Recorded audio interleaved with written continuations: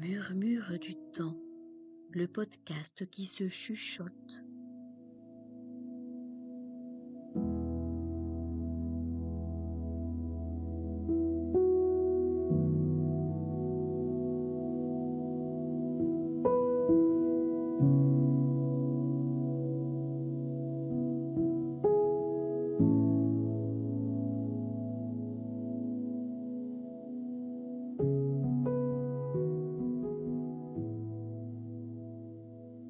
La naturopathie qui prend le temps d'écouter, de comprendre et d'apaiser.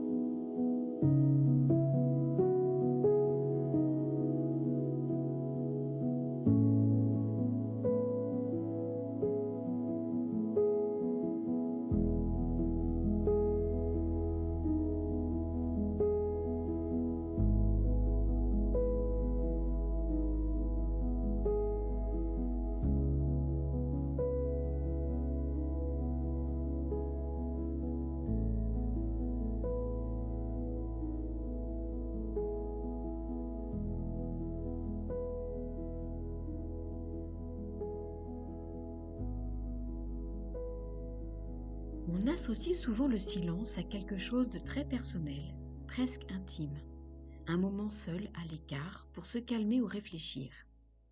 Mais le silence peut aussi être vécu ensemble, dans une famille, dans une classe, dans un groupe. Et lorsqu'il est partagé, le silence devient bien plus qu'une absence de parole, il devient un véritable outil de lien et de régulation collective. Le silence partagé offre à chacun un espace pour se recentrer, tout en restant relié aux autres. Il permet de ressentir le rythme du groupe, de faire une pause ensemble, sans exigence de performance ou de parole. Dans cet épisode, nous allons explorer pourquoi le silence partagé est si puissant et comment l'installer de manière sécurisante et bénéfique, aussi bien en famille qu'en collectivité.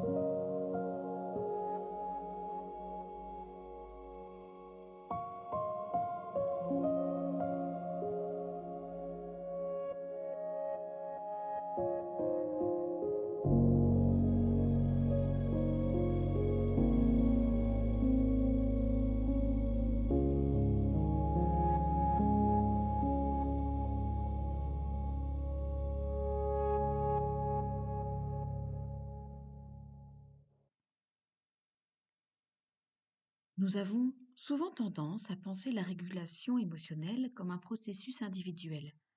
Pourtant, notre système nerveux est profondément social. Les neurosciences sociales montrent que nos états internes s'influencent mutuellement. Les rythmes de respiration, le niveau de tension, l'agitation ou le calme peuvent se transmettre d'une personne à l'autre. Dans un groupe, le silence partagé permet cette synchronisation. Lorsque plusieurs personnes s'arrêtent ensemble, respirent ensemble, le système nerveux de chacun peut s'ajuster au rythme collectif.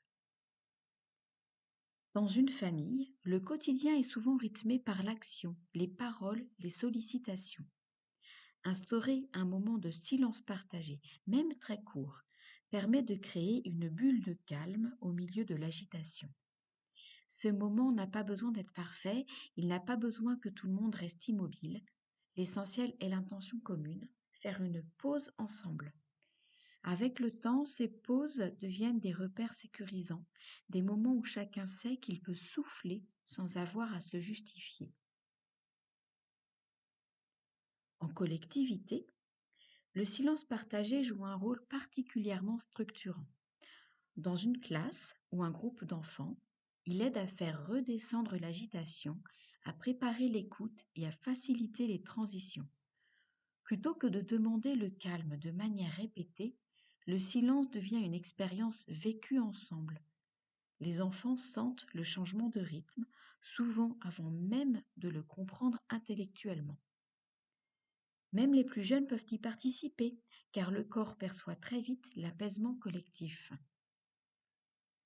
Il est important de le rappeler, le silence partagé n'est pas un vide non plus. C'est un temps actif d'attention à l'instant présent, un temps où l'on observe ce qui se passe à l'intérieur et autour de soi. On peut ressentir la respiration, les appuis du corps, les sons lointains. On peut simplement être là, sans rien avoir à produire. Cette expérience enseigne naturellement la patience, l'attente et le respect du rythme des autres.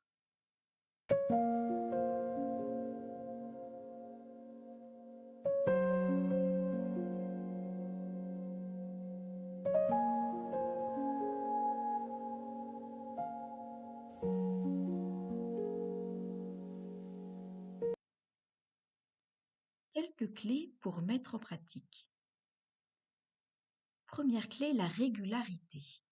Choisir un moment identifiable, au début ou à la fin de la journée, avant une transition importante ou après une activité très stimulante.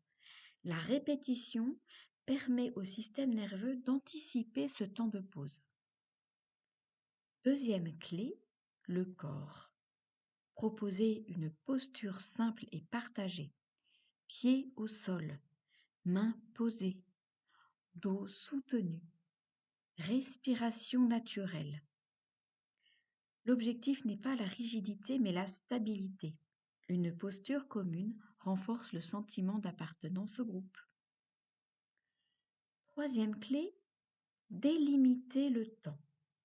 Utiliser un signal clair, une cloche, un carillon, une musique douce. Ce signal sécurise car il donne un début et une fin. Le silence n'est pas infini, il est contenu. Quatrième clé, guider l'attention. Inviter chacun sans obligation à remarquer une sensation dans le corps, un son, le rythme de sa respiration. Il n'y a pas de bonne ou de mauvaise expérience, tout ce qui est perçu est valable. Cinquième clé, mettre des mots après coup. Proposer à ceux qui le souhaitent de partager ce qu'ils ont ressenti. Cela renforce le lien et aide à intégrer l'expérience. Les enfants découvrent que chacun vit le silence différemment. Et dernière clé, la progressivité. Commencer par 1 à 2 minutes suffit largement, puis ajuster selon la tolérance du groupe. Le silence partagé s'apprivoise avec le temps.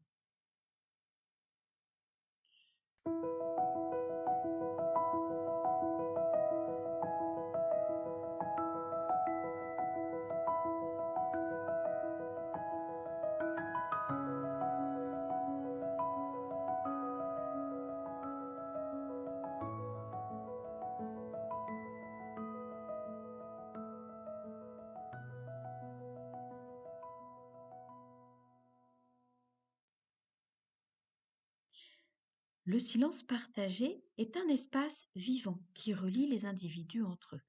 Il soutient la régulation émotionnelle, renforce la cohésion et offre un moment de respiration collective.